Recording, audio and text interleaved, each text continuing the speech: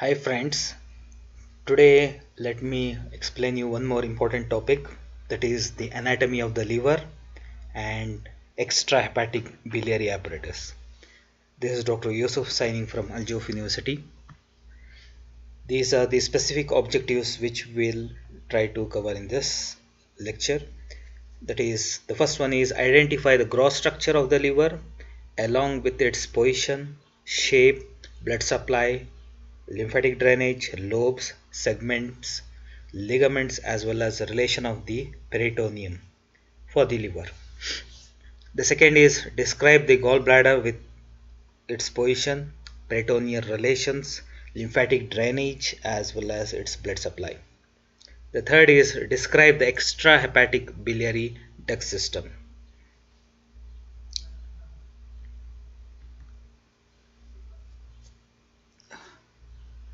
To give a brief introduction of the liver is a very important organ.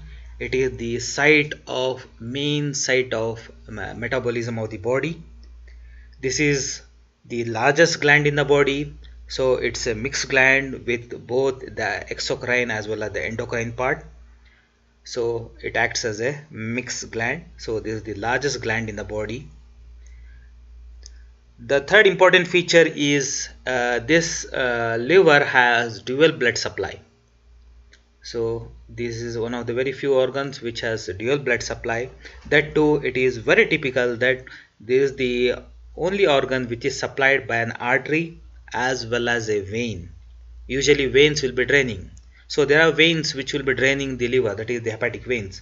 But it is also supplied by an artery, hepatic artery, as well as the portal vein. So this is very unusual for any organ to be supplied by an artery as well as vein. We'll discuss why exactly it will be supplied by a vein. Okay. uh, and if you see a newborn baby, so the abdomen will be much more bulge, so it will be protruded. This is because of the large size of the liver in the small abdomen of the newborn.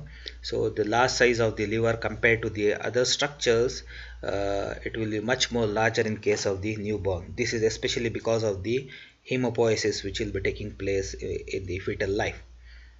Okay, so later it will be after birth, it will be taken up by the bones, the bone marrow especially.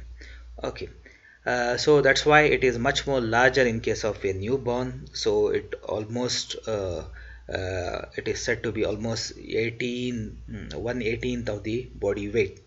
So if you compare the total body weight, it will be 1/18th of the body weight. Compared to an adult liver, it is much more smaller compared to the other structures. So it is almost 1/36th of the body weight. But in case of the newborn, it will be almost 1/18th of the body weight. If you see the shape of this liver, it looks almost like a four-sided pyramid with the apex directed upwards as well as on the right lateral side. So this forms the apex, and this will be the base of this pyramid. And if you see the color, it is almost brownish in color, reddish brown to be more specific.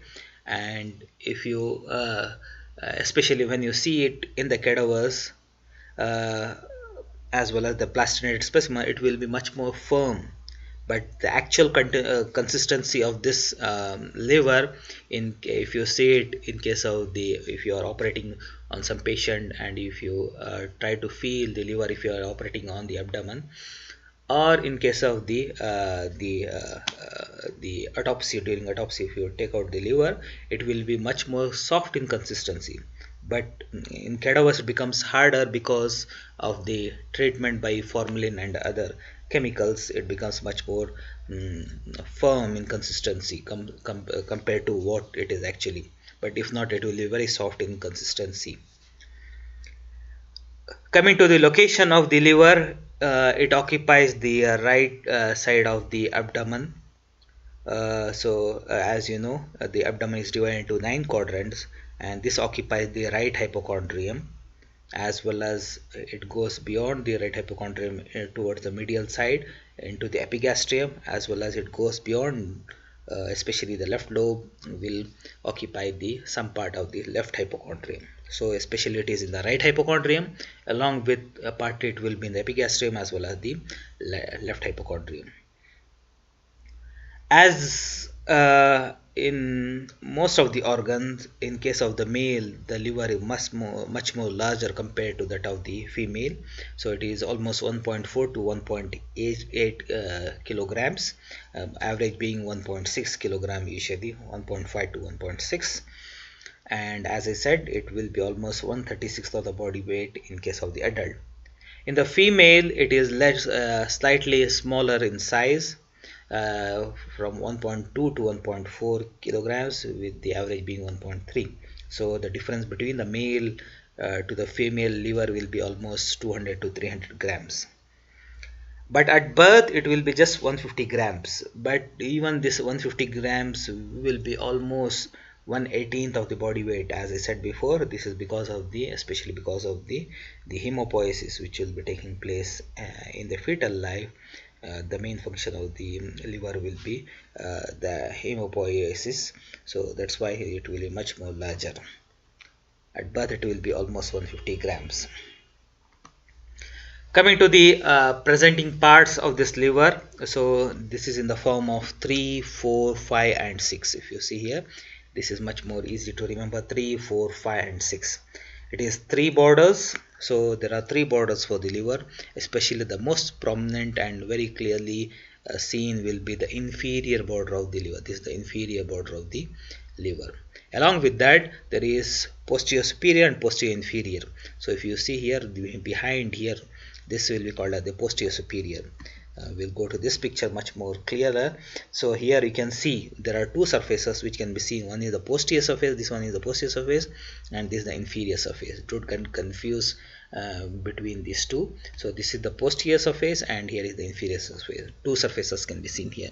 So here at the upper part of the posterior surface will be the posterior superior border, and here will be the posterior inferior border of the liver.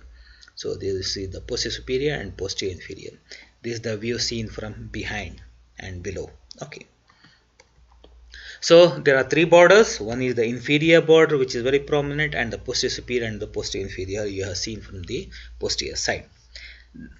The second important presenting feature is the 4 lobes. After 3 borders, it will be 4 lobes. Which are those 4 lobes? One is the large one. This is the right lobe of the liver, the larger, the bigger, which is more prominent and occupies most of the right hypochondrium. This is the large lobe of the liver, that is called as the right lobe. Along with that, there is a smaller lobe. This is called as the left lobe of the liver, and between these two are separated by a ligament called as the falciform ligament. So this is the right lobe of the liver, left lobe of the liver, and they are separated by the falciform ligament. Okay, so these are the 2 lobes, right and left hepatic lobes. Then there are other 2 lobes, smaller lobes, called as the quadrate lobe and the caudate lobe. This can be seen from behind and below. So here is the caudate lobe. So this is the caudate lobe here, and this is the quadrate lobe. So see the difference between these two. This is called as caudate, C-A-U-D-A-T-E, and this is the quadrate, Q-U-A-D-R-A-T-E, quadrate lobe. So these are the 2 additional lobes apart from the right and the left lobe. So these are the 4 lobes: the right lobe, left lobe of the lobe of the liver, or the left hepatic lobe, then the quadrate lobe and the caudate lobe. Then there are 5 surfaces. So one is the anterior surface, which will be in contact with the anti-abdominal wall. This is the anterior surface. This is the superior surface, which is in contact with the dome of the diaphragm. This is the diaphragm here, which can be seen. So the dome of the diaphragm, especially the right dome of the diaphragm, will be in contact with the superior surface. Then we have the right lateral surface. This is the right lateral surface, because this right lobe is much more larger, so it has a right lateral surface. But there is no left lateral, because this left lobe becomes much more sharper and there is no left lateral surface. So only there is right lateral surface. So we have seen anterior surface, superior surface, right lateral surface. Then we have other 2 surfaces. So here you can see the posterior surface, and this is the inferior surface, which can be seen from behind and below. From behind you can see the posterior surface, and this is the inferior surface where we can see the impressions of the different organs of the abdomen. Okay, so these are the other two surfaces. So superior surface, anterior surface, right lateral surface, posterior surface, and inferior surface. Then we have 6 fissures. So the fissures which we have seen, the first one we have seen, this is the falciform ligament. These are nothing but the peritoneal folds as well as spaces. Okay, now the spaces between the peritoneal. Fissure means a small space. Okay, so the first one is the falciform ligament, which can be seen. Then the fissure for the ligamentum venosum and ligamentum teres. So where are these? So these are can be seen from behind and below. So this is the ligamentum fissure for the ligamentum venosum, and here is the ligamentum teres. So here will be the fissure. Fissure means a small space between these two folds of the ligament. Okay, fissure for the ligamentum venosum, ligamentum teres. Then we also have another 2 or 3 fissures. One is called as the fissure for the porta hepatis. So what is porta hepatis? This is the porta hepatis. This is the hilum of the liver, where the structures either will be entering the organ or they are coming from the liver. So this is called as the hilum, or it is also called as the porta hepatis. So this is also has a space where it is not covered by peritoneum. This is called as the fissure for the porta hepatis. Then we have the fissure for the inferior vena cava as well as the fossa for the gallbladder. Fissure for the inferior vena cava. If you can see here, this is the inferior vena cava. If you see here, this is embedded within the tissue of the liver. So the inferior vena cava is embedded within the liver. So if you can imagine how difficult it will be for the surgeons, especially if they are doing some surgeries on the inferior vena cava, or if they have to remove the liver in case of the liver transplant and other thing. So again you can imagine how difficult it will be to dissect it out, because it is occupied partly by the very important vein, one of the largest vein, that is the inferior vena cava. Okay, so this will be embedded within the liver. So this part also is not covered by peritoneum, and there will be a small fissure. This is called as the fissure for the inferior vena cava. Then we have an area where there is one of the important structure. This is called as the gallbladder. So this gallbladder is sitting on the liver on a depression called as the fossa of the gallbladder. So if you reflect this gallbladder, then deep inside you can see the fossa, that is nothing but the depression. So that is also called as the fissure of the fossa of the gallbladder. Okay, so these are some of the fissures. Fissure of the falciform ligament, fissure of the ligamentum venosum. So here is the ligamentum venosum, ligamentum teres. Then we have the fissure for the inferior vena cava, porta hepatis, as well as the fossa of the gallbladder. So these are some of the fissures. So these are the 6 fissures. So there are 3 borders, 4 lobes, 5 surfaces, and 6 fissures. So this is 3, 4, 5, and 6. Now coming to the 2 important lobes apart from the right and left lobe, that is the quadrate lobe and caudate lobe. So we'll try to locate exactly where they are present. The caudate lobe, you should remember that it is present in the posterior surface. I said this part of the liver is called as the posterior surface, and here is the inferior surface. The difference between these two is the caudate lobe is present in the posterior surface and the quadrate lobe is present in the inferior surface. So even though in this picture they are looking in the same surface, but if you see the actual specimen there, you can appreciate the posterior surface is different from the inferior surface. So the caudate lobe is present in the posterior surface. So what are the boundaries of this caudate lobe to be identified if you want to do some surgeries on this or something like that? So exactly where you should locate. So if you see here on the right side, you can see the groove of the inferior vena cava, as well as even the usually it will be along with the inferior cava itself. So this is the inferior cava on the right side. On the left side we have the ligament of fissure for the ligamentum venosum. This will be the fissure for the ligamentum venosum on the left side. And inferiorly we have the porta hepatis, and superiorly we have the superior surface. So these are the four boundaries. On the right side we have the inferior vena cava, superiorly we have the superior surface, left side we have the fissure for the ligamentum venosum, and below here we have the porta hepatis. Okay, so near the porta hepatis, if you see here, it is closed on all the side except in front of the porta hepatis, or behind the porta hepatis to be more specific. So there will be a part which is projecting from the caudate lobe. This part is called as the caudate process. Okay, and similarly there is one more process for this caudate lobe. This is called as the papillary process. Near the porta hepatis, a small projected part of the caudate lobe. Here this will be called as the papillary process, and this part will be called between the inferior vena cava and the porta hepatis. This part will be called as the caudate process. Okay, so these are all parts of the caudate lobe. So this is just a brief introduction about the caudate lobe. Then we have the quadrate lobe.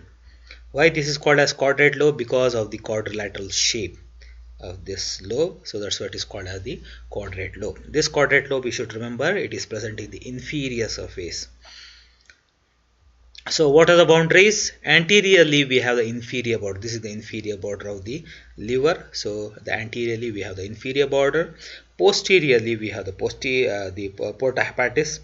On the right side we have the gallbladder and the fossa of the gallbladder, and on the left side we have the fissure of the ligamentum teres. So anteriorly we have the inferior border, posteriorly we have the porta hepatis, right side we have the fossa of the gallbladder, and the left side we have the ligamentum teres. So these are the boundaries of the quadrate lobe. So you should be able to differentiate between the quadrate lobe and the caudate lobe. Now we should know, I said this liver is present in the upper quadrant of the abdomen, right side. So how this, even though it is a heavy organ, almost 1.5 kilograms, so how exactly it is held in its position? Because below we have the softer organs, the intestine and other things, so it can fall down. So what are the factors which are keeping this liver in its position? So we should know what exactly are the factors which are keeping this liver in the right hypochondrium. Okay, so the first one is the hepatic veins which are opening into the inferior vena cava. I said the inferior vena cava is embedded within the liver, and if you see the veins which are draining the liver, so these are called the hepatic veins. If you can see here, there is one vein which is directly draining from the liver into the inferior vena cava. There are other multiple veins, okay, which are draining. It is not a single vein, but there are multiple veins which will be draining at right angles. If you can see here, this is the inferior vena cava. At right angles is the opening of the hepatic veins. So there are multiple hepatic veins which are opening into this into the inferior vena cava. So these hepatic veins of the opening of the hepatic veins into the inferior cava, which are at right angles to each other, are important factor which will be holding the liver in its position. Then the second important feature is the intra-abdominal pressure. So there is within the abdomen, there is a lot of positive pressure which will push the liver towards the right side and keep it in its position. The third and the most least important will be the ligaments of the liver. Ligaments we have already seen, like the falciform ligament, ligamentum venosum, ligamentum teres. All these ligaments are nothing but the peritoneal folds. So these ligaments have a very small role, because peritoneum, as you know, it is a very thin membrane. Okay, so these ligaments cannot hold the liver, which is a heavy organ, in its position. So these are, even though they are important in keeping them in its position, but they are least important. So the main factors will be the hepatic veins, which are opening at right angles into the inferior vena cava. The second is the intra-abdominal pressure, and the most least important will be the ligaments of the liver. Coming to the functions of the liver, as I said before, it is the largest organ, and it is a mixed organ with both the exocrine as well as the endocrine part within the same organ. So it has both an exocrine as well as endocrine part. So the exocrine part is by the secretion of the bile. So this bile will be secreted by the liver, and it is drained to the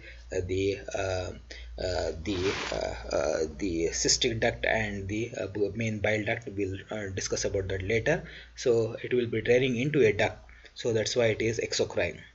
Similarly, the liver also a very important structure where there will be production of glucose, plasma proteins, heparin, everything, which will be drained directly into the blood. So it acts as, this part will be acting as the endocrine part. Okay, so it is both an exocrine as well as an endocrine organ. Coming to the peritoneal relations, we have already seen the peritoneal relations. Liver is almost everywhere. It is covered by the peritoneal, except a few parts. We will discuss about that. Okay, so mainly it is covered from everywhere by the peritoneum. So this peritoneum also acts as the ligaments of the liver. So these peritoneal folds will be called as the false ligaments. So there are 5 peritoneal folds which are false ligaments, and there are 2 true ligaments. These are developmental ligaments. So these are called as the true ligaments. The peritoneal folds which are the false ligaments are, as we already seen, the falciform ligament, which will be between the right lobe and the left lobe of the liver. Then we have the coronary ligament. What is this coronary ligament? If you see this picture, so here this space, this area is not covered by the peritoneum. This is called as the bare area. So this is the largest bare area. So just above that, on the, especially this is the posterior surface of the right lobe. So so this part is called as the bare area, which is not covered by the peritoneum.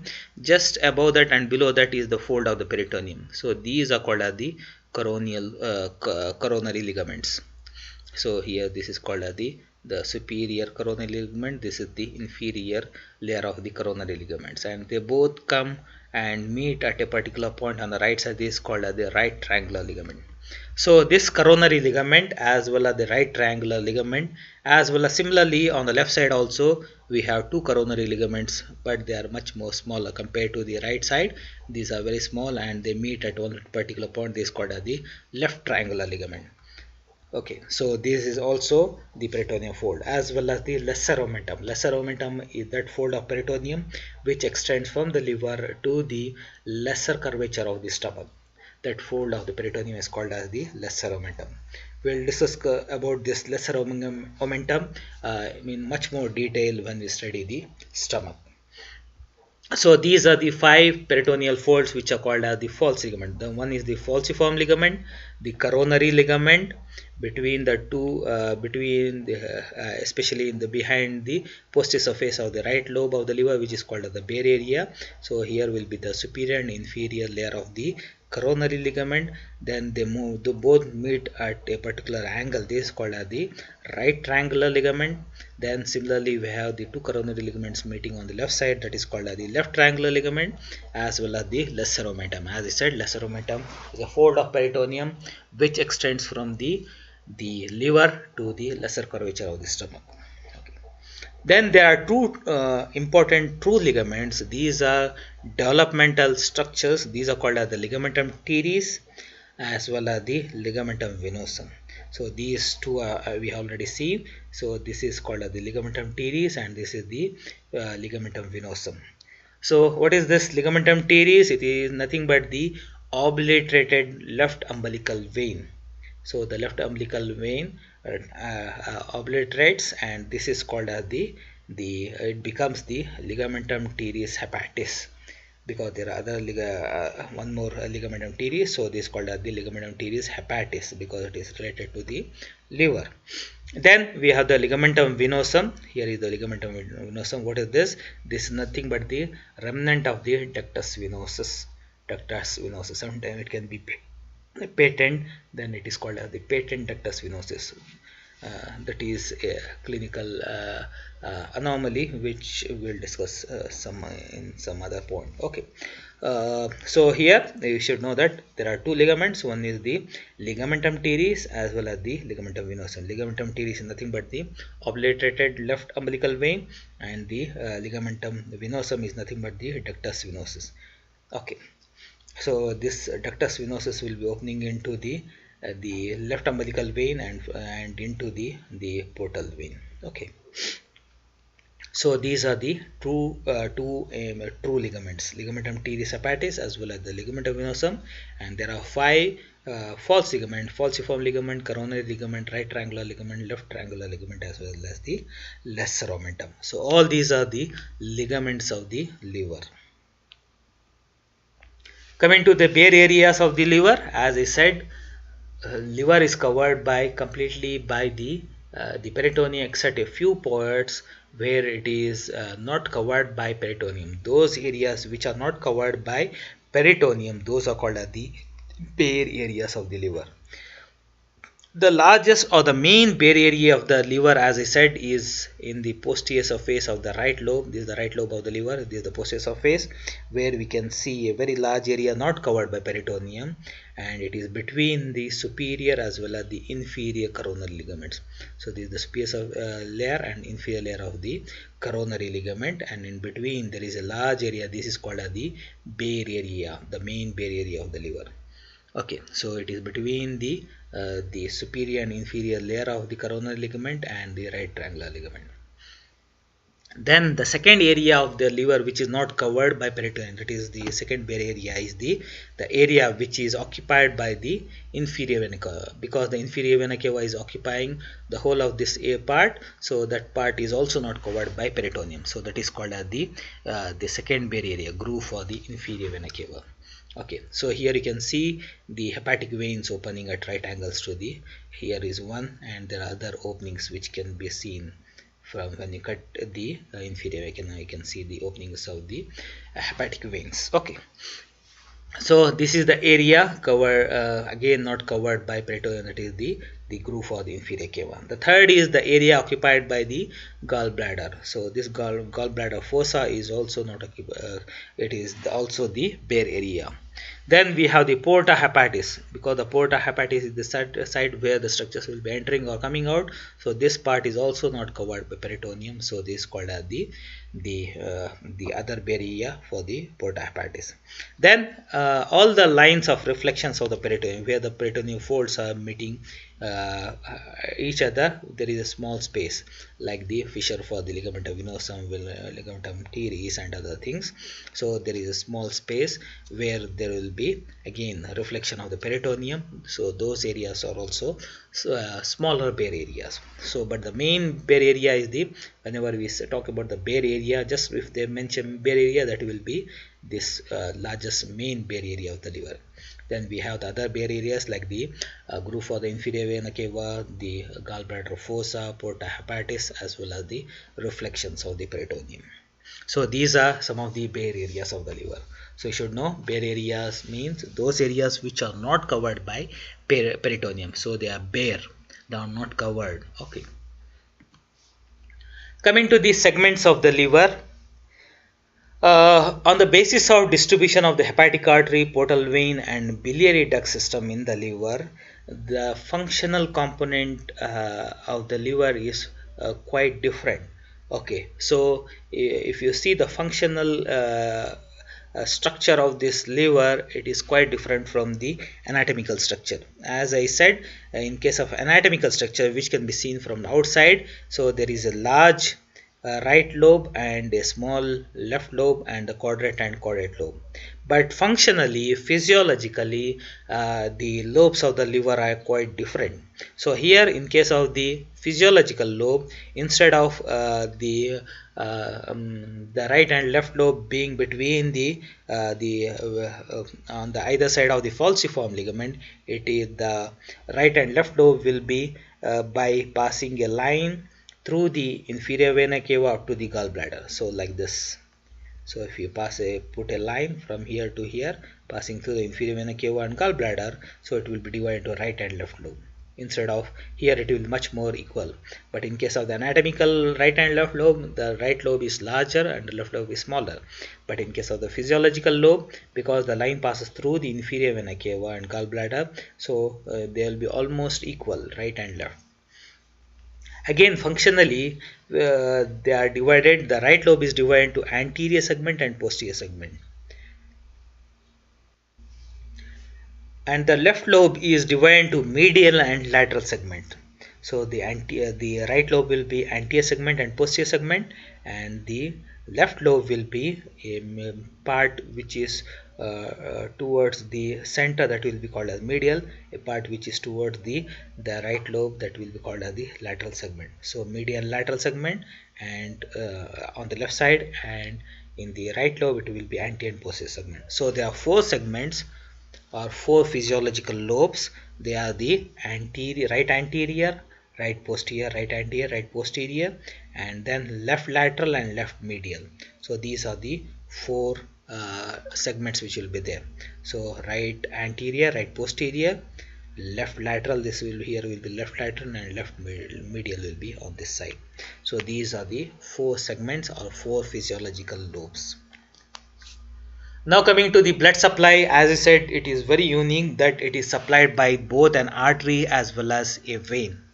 Even though the usually vein are supposed to drain, but it will be supplying. In case of the liver, it will be supplying, and the major supply is by the vein. If you can see here, the 20% of the blood supply is by the hepatic artery, which is mainly the arterial or oxygenated blood, and the 80% will be by the portal vein.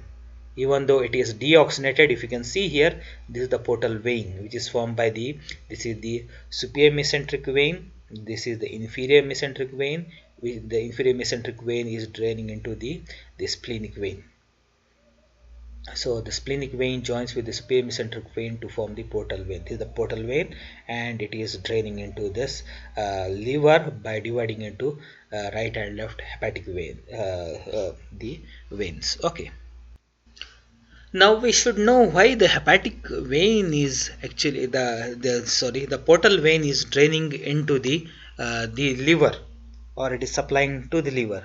This is because even though it is bringing the deoxygenated blood, but along with that, if you see the areas which it is actually draining, it will be the intestines.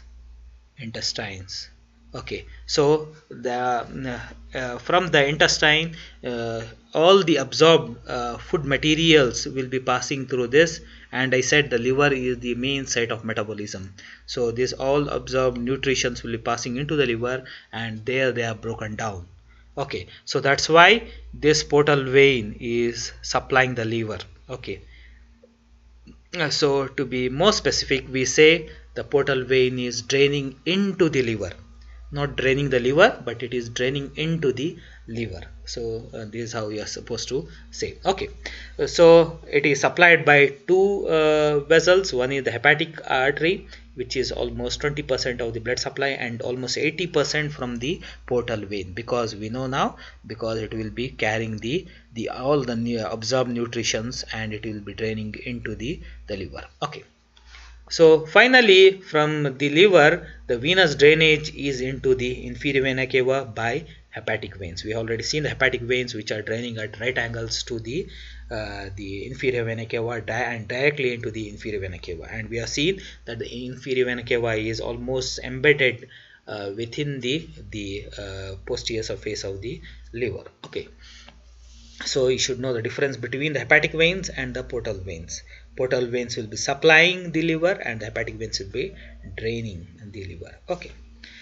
Coming to the lymphatic drainage, The lymphatic drainage is into some important lymph nodes which are around the liver. One is the caval group of lymph nodes, the hepatic group of lymph nodes, pericardial group of lymph nodes, as well as finally all these will be draining into the celiac group of lymph nodes. Okay. Coming to the nerve supply is by a plexus called as the hepatic plexus, which has both the sympathetic as well as the parasympathetic component. The parasympathetic is mainly by the vagus. Now coming to the biliary apparatus. The biliary apparatus of the liver is the apparatus through which the bile is excreted into the second part of the duodenum. We have seen that the liver has an exocrine component, so it is the secretion of the bile, and this secretion of the bile will be passed through different duct system, and finally it is drained into the second part of the duodenum. Duodenum has four parts: the first part, second part, third and fourth part, and this will be opening. The biliary apparatus will be opening into the second part of the duodenum. Okay. So this biliary apparatus has two components: the intrahepatic part as well as the extrahepatic part. The intrahepatic part we'll study this in detail when we study the histology of the liver. Right now we'll not go into details, but we'll study the extrahepatic part in detail. So the intrahepatic part, to be brief, it includes the bile canaliculi, the canals of the herring, the bile ductules, and the right and left hepatic ducts. If you see here, so this is the liver. If you take a small part of the liver and see under a microscope, these are the hepatic lobules which can be seen, and if you take a section, this is how it looks like.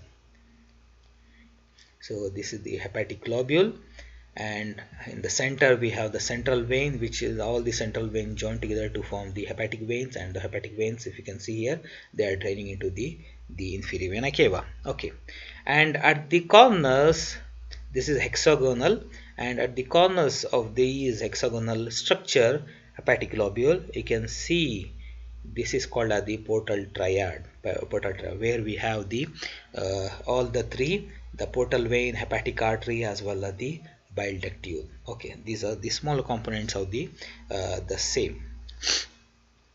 And if you observe within this hepatic lobule, if you see the direction of the blood flow and the bile flow, if you can see here, both the portal vein as well as the hepatic artery will be draining, and the blood will be supplying the blood actually, and they will be passing through the hepatic lobule to the central vein.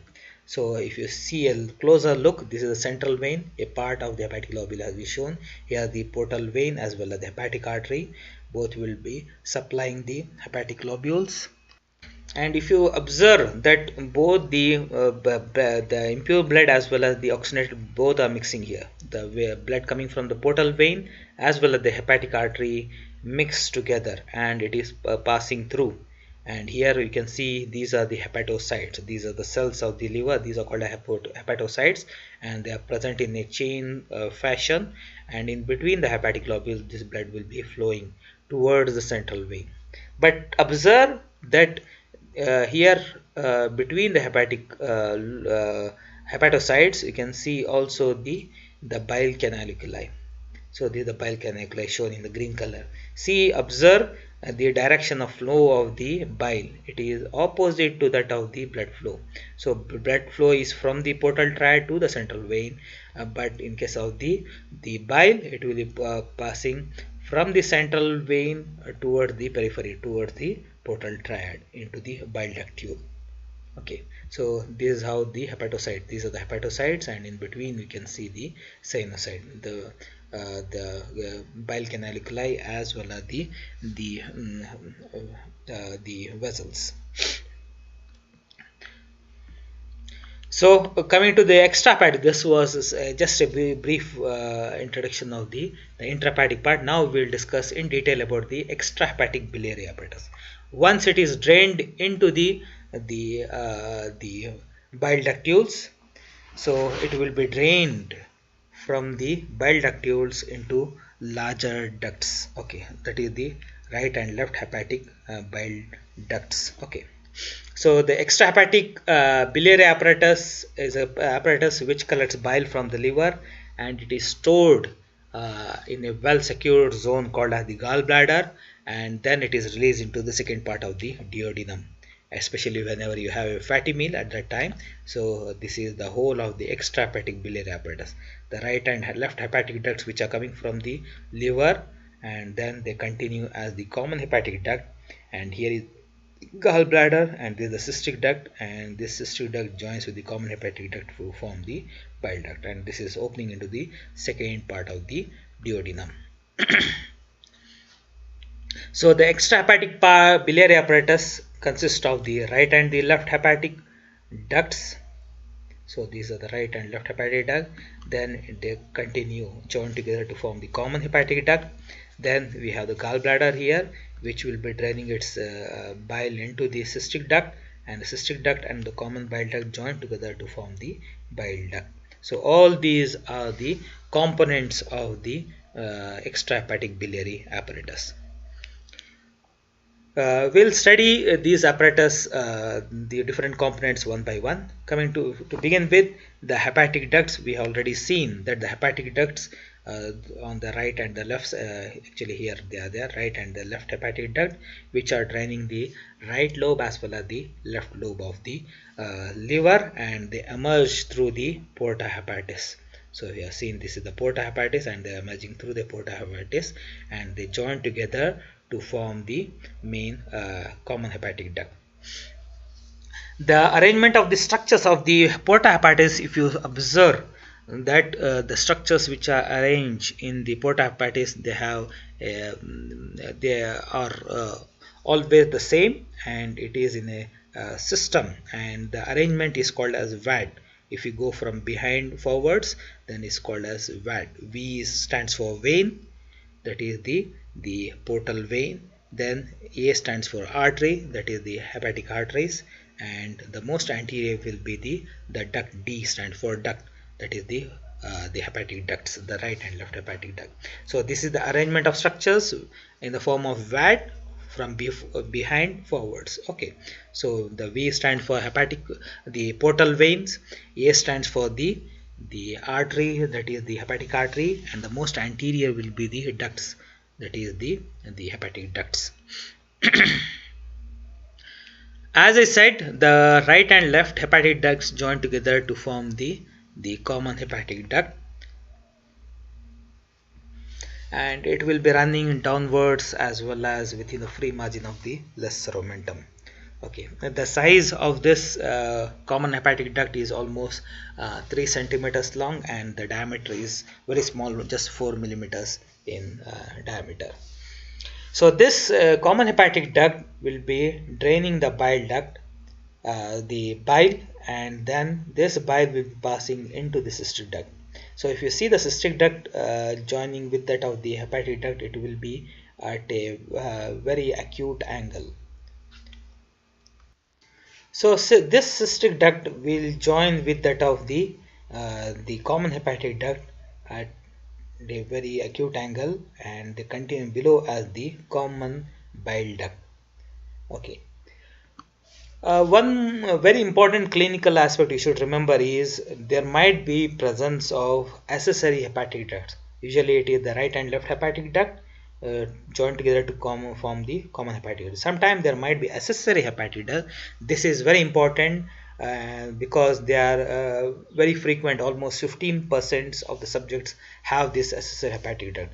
This is very important, especially whenever you are doing some surgeries, especially in case of the cholecystectomy, where you should always keep a drain, remembering that there might be accessory hepatic. If you leave the accessory hepatic duct there itself, there might be oozing of the bile, and if you keep a drain, so this will be retention of the bile in the depth of the wound can be avoided. So always keep a drain whenever you do some surgery, especially for the cholecystectomy, because there might be presence of accessory hepatic ducts, which is almost quite common, almost 15% of the subjects. Coming to the relations of the common hepatic duct, so we have seen some of the relations. So the most anterior will be the hepatic duct, behind that will be the hepatic artery, especially the right branch of the hepatic artery, and behind that will be the portal vein. The most posterior will be the portal vein. On the left side we can have the principal hepatic artery, and below and to the right side we have the cystic duct. You can see here. So this is the cystic duct which is on the right side. Coming to the gallbladder, this is a pear-shaped hollow viscous the organ, which is the main site for the storage as well as the concentration of the bile. So it not only stores, as I said, the bile which is drained into the left and right hepatic ducts will be drained into the common hepatic duct, and from there it will be pushed into the gallbladder, and it will be stored for some duration, and it will be concentrated here in this. The bile will be concentrated almost 10 times of the what is produced. So that's why this gallbladder is very important in the storage of the bile as well as the concentration of bile. And whenever you have the fatty meal, at that time this gallbladder contracts and the bile will be released. And this gallbladder we have already seen, it is present in a particular fossa in the liver that is called as the gallbladder fossa, especially in the inferior surface. And it extends from the right end of the porta hepatis to the inferior border. We have already seen it extends from the porta hepatis up to the inferior border. It goes beyond the inferior border. We will discuss that later. Coming to the dimensions and the capacity of this gallbladder, the length is almost 3 to 4 inches or 7 to 10 centimeters, and the breadth at the maximum site will be almost 3 centimeters. And the capacity of this gallbladder is almost 30 to 50 cc. Okay, that is the capacity of the gallbladder to keep the bile. The important presenting parts are the fundus, the body, and the neck. So this is the gallbladder present in the gallbladder fossa. If you see here, this is the inferior border, and a part of the gallbladder goes beyond the inferior border of the liver. This part, which will be called as the fundus of the liver, the part of the liver of the gallbladder which goes beyond or below the inferior border of the liver, that will be called as the fundus. The remaining part, the larger part, will be called as the body, and the narrow part before it becomes the hepatic duct, that will the cystic duct, that will be called as the neck. Okay, so here you can see the gallbladder, this will be the fundus, body, and here will be the neck. What are the peritoneal relations of this gallbladder? The peritoneal relation of the gallbladder is very important because it is sitting in the gallbladder fossa. If you take a general look, because it is sitting in the gallbladder fossa, so only just like the inferior border of the inferior surface of the liver is covered by peritoneum, even the inferior surface as well as the lateral sides of the gallbladder will be covered. The superior surface cannot be, because it is sitting in the gallbladder fossa. Now coming to each part of the gallbladder, to begin with the fundus. As you can see here, this is the fundus which is going beyond the inferior border of the liver. This is called as the fundus of the liver. So it is the lower expanded free end of the gallbladder which projects below the liver, and because this fundus is below the lower border of the liver, so this part of the gallbladder is covered completely by the peritoneum, even though the remaining part is covered only on the inferior surface by the peritoneum. But the fundus, because it is beyond the liver, it is not present in the gallbladder fossa, so that's why it is covered completely by the peritoneum. Coming to the relations, so in the front, as you know, just like that of the anterior surface of the liver, this also will be in contact with the anterior abdominal wall, and it is just below the right ninth costal cartilage, where you can trace this one. And behind we have the transverse colon and other parts of the small intestine and other things. Coming to the body, so the larger part of the gallbladder, this whole thing is called as the body. It extends from the fundus up to the neck of the gallbladder. So major portion is the body. So the upper surface of the body is non-peritoneal, as I said before, because it is sitting in the gallbladder fossa. So the upper surface cannot be covered by the peritoneum, but the lower surface as well as even the sides of the body will be covered by the peritoneum. So that relation we should remember, okay, of the peritoneal relation. Coming to the other relations, other visceral relations, above, as you know, because it is sitting in the gallbladder fossa, so the upper surface will be covered by the liver, and the liver and the gallbladder are separated by a thin layer of loose areolar tissue. Below we have the transverse colon as well as the first part of the duodenum. So if you can see here, this is the pyloric part of the stomach, and this is the first part of the duodenum. This is the second part. So this is the first part which is in contact with the body. And the right side we have the right colic flexure as well as the superior duodenal flexure, which will be on the right side here. On this side will be the right colic flexure as well as superior duodenal flexure. So this is the superior duodenal flexure between the first part and the second part of the duodenum. And on the left side we have the pyloric part of the stomach. Here you can see the pyloric part of the stomach. So these are the relations of the body. Okay, so when it is in the actual position, the liver as well as the gallbladder will come here. Okay, so this has been reflected so that you can see all the structures deep inside. Coming to the neck. Neck is almost S-shape. If you can see here, this is almost S-shape curved, and it extends from the body up to the cystic duct. The cystic duct here is here, and between the neck and the cystic duct, the neck between the body and the cystic duct is the neck, which is almost S-shape. And this S-shaped neck shows a small diverticulum. This is called as the Hartmann's pouch. This is very important diverticulum, because usually whenever you trace the gallbladder stones, they are usually present in this neck, especially in this diverticulum. And sometimes if they are large enough, then they might block the neck of the gallbladder itself. So this portion of the neck is called as the isthmus of the gallbladder. Coming to the relations of the neck, above we have the non-peritoneal. It is non-peritoneal and separated from the liver by the connective tissue. Just like the body, even the neck is non-peritoneal and it is separated from the liver by the connective tissue, the loose areolar tissue. Okay, so here you can see here, this is the cystic duct and this is the body, and here you can see this is the neck, S-shaped neck. And below it is covered by the peritoneum as well as and related to the first part of the duodenum. Coming to the cystic duct, this is the duct which will be draining the gallbladder contents, and it begins from the neck of the gallbladder.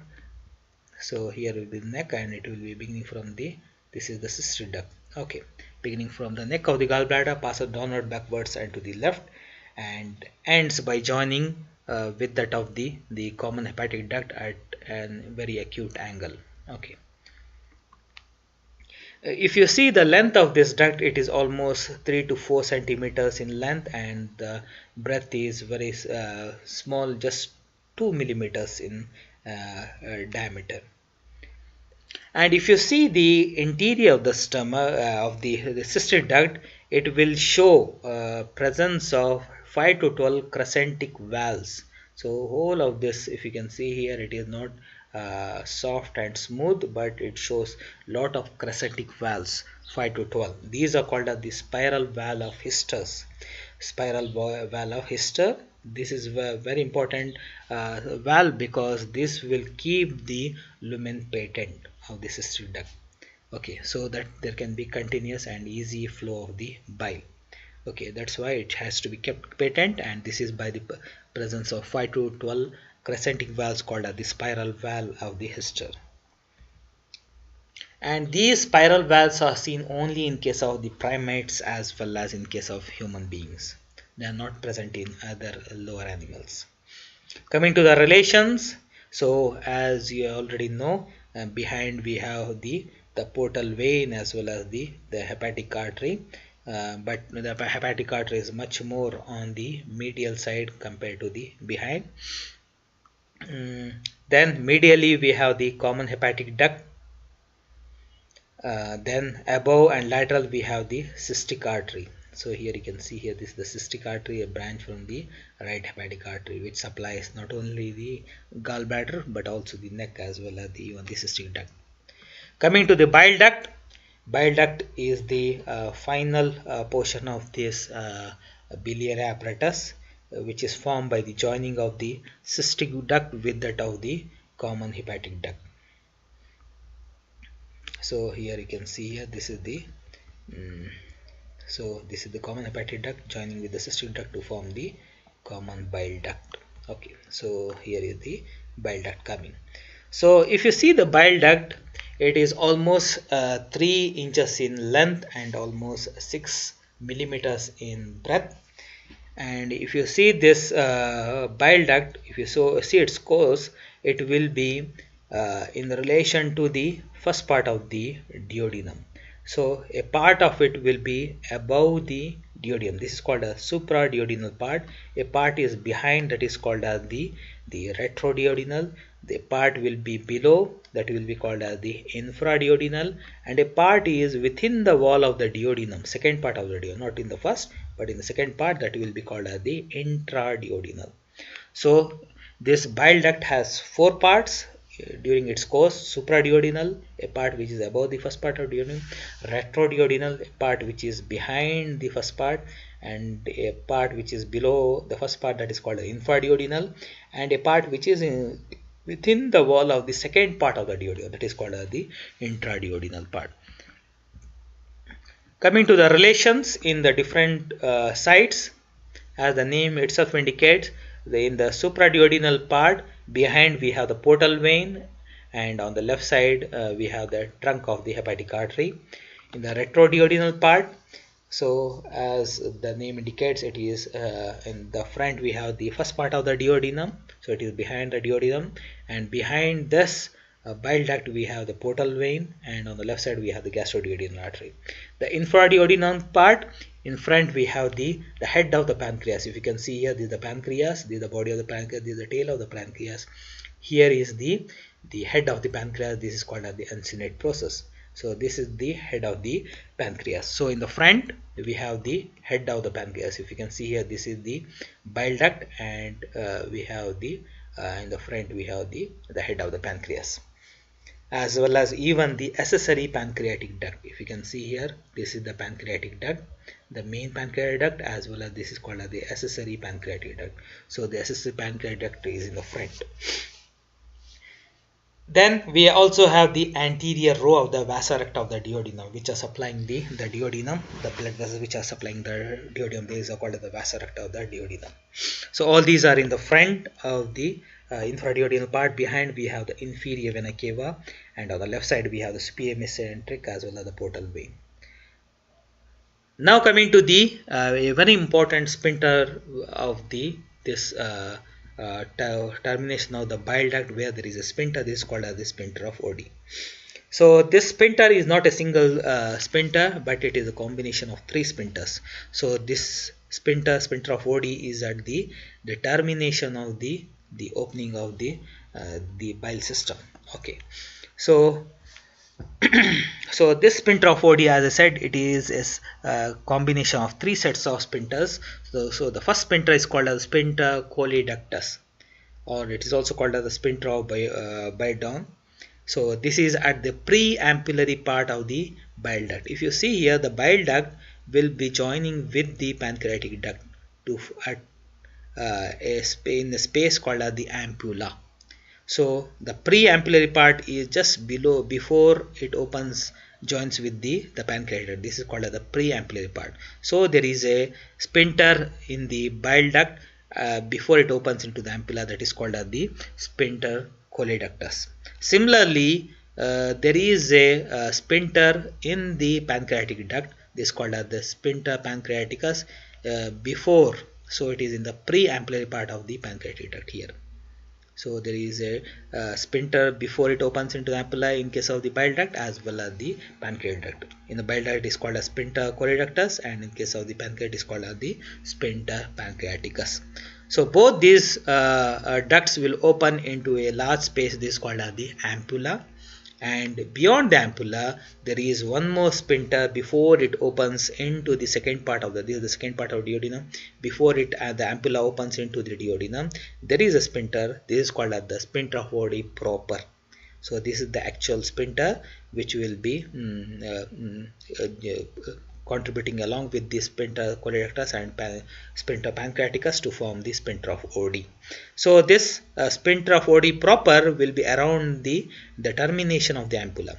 Okay, so these two were before the ampulla, and this is at the termination of the ampulla before it opens into the second part of the duodenum. Okay, so these three together are called as the sphincter of Oddi. So here also you can see, so this is the bile duct, this is the pancreatic duct opening into the ampulla, and here is the opening of this ampulla into the second part of the duodenum. So this is called as the major duodenal papillae. When it opens into the ampulla into the second part of duodenum, then it is called as the major duodenal papillae, or it is also called as the greater duodenal papillae. In this picture it is mentioned as greater duodenal papillae. Coming to the blood supply of the biliary apparatus. So mainly it is by the cystic artery, which we have already seen. Cystic artery is a branch from the right hepatic artery, which is supplying not only the gallbladder but also the cystic duct as well as the other parts of the biliary apparatus, along with the branches from the posterior, superior pancreatico-duodenal artery, as well as even the right hepatic artery, as well as the accessory cystic artery. All these arteries will be contributing in supplying the biliary apparatus. Coming to the venous drainage, it will be directly into the hepatic veins, as well as into the cystic veins, as well as even into the portal vein. So it can be opening directly into the hepatic veins, mainly into the hepatic veins. Along with that, it will also open sometimes into cystic veins as well as the portal veins. Coming to the lymphatic drainage is mainly into the cystic group of lymph nodes as well as node of the anteborder of the epiploic foramen. It also opens into the lower hepatic as well as the upper pancreatico-splenic nodes. Okay. Now coming to the nerve supply. Nerve supply is mainly by a plexus of nerves called as the cystic plexus. Cystic plexus is a autonomic nervous system. It has both an parasympathetic as well as the sympathetic component.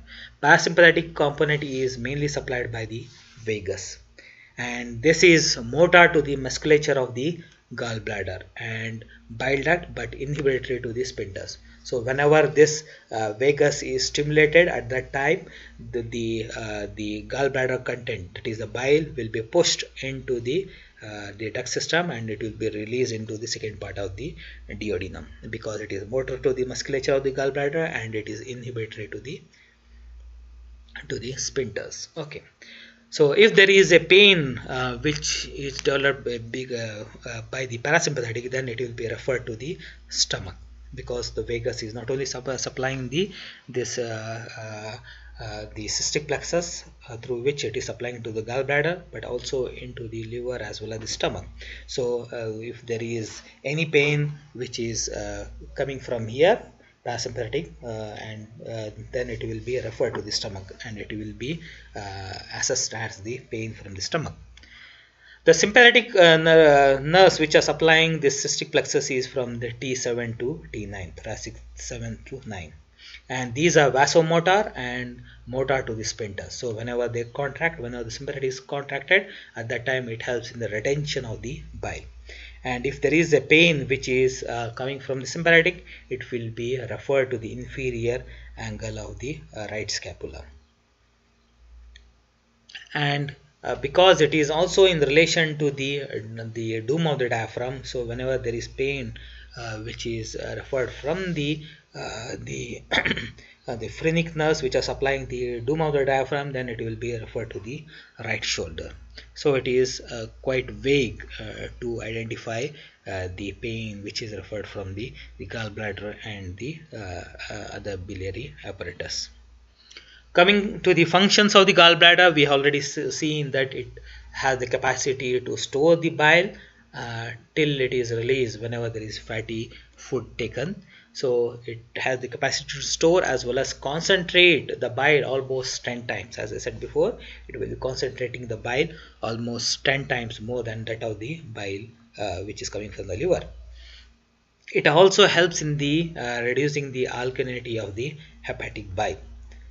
It also equalizes the pressure which is present in the ductal biliary system. And this is not a very necessary structure. Even the person can be alive without the gallbladder, so it is not indispensable.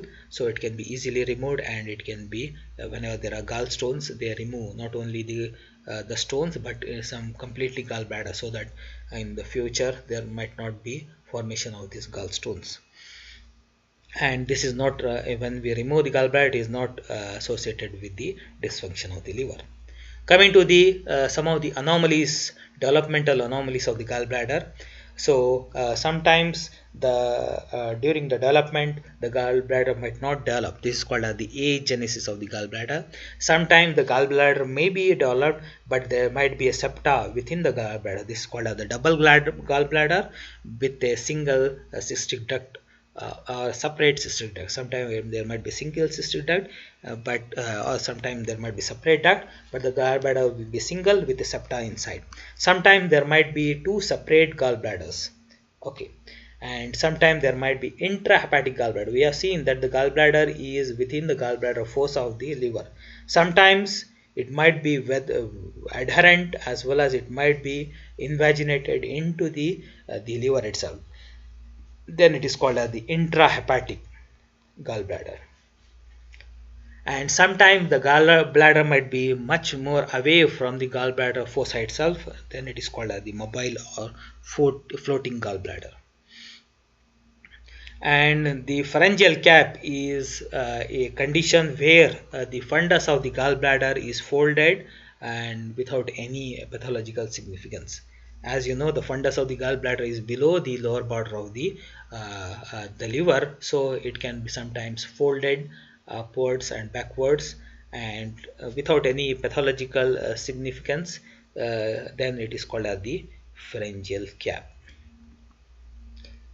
Coming to some of the applied or clinical aspects of the gallbladder, the most commonest condition is the inflammation of the gallbladder. This is called as the cholecystitis. This is seen in a patient with 6Fs. So usually this patient who has cholecystitis will be fair person, he will be fertile, fatty, flatulent, as well as usually it is in females of around 40 years. So there are 6Fs: fair, fertile, fatty, flatulent, female of 40 years. So there are 6Fs: fair, fertile, fatty, flatulent, female of 40 years. So this is the condition. Usually this is how the patient will be presented. So usually fair females of fatty females of 40 years with who are fertile as well as flatulent. So those kind of patients will be usually showing the condition of the cholecystitis. The second condition is called as cholelithiasis, where it is the formation of the seen with the formation of the gallbladder stones. So if there are any gallbladder stones, then you can see it by a method called the cholecystography, where a dye is passed through the biliary apparatus, and if there is any blockage, then you can easily identify where exactly is the blockage. So here you can see the dye has been passed, and you can see it through the bile duct, then the common hepatic duct, cystic duct, and the right and left hepatic ducts. Okay, here you can see here there is narrowing of the cystic duct and it is not passing into the gallbladder. Okay, so this is how you can see easily the whole of the apparatus by passing a dye into it. So if there are any gallstones, sometimes there might be enlarged to such an extent that they might block any side of the biliary apparatus, especially the neck of the gallbladder, which might lead to a condition called as the obstructive jaundice. Obstructive jaundice. Uh, where we can see the jaundice or the yellow discoloration just because of the obstruction of the bile system.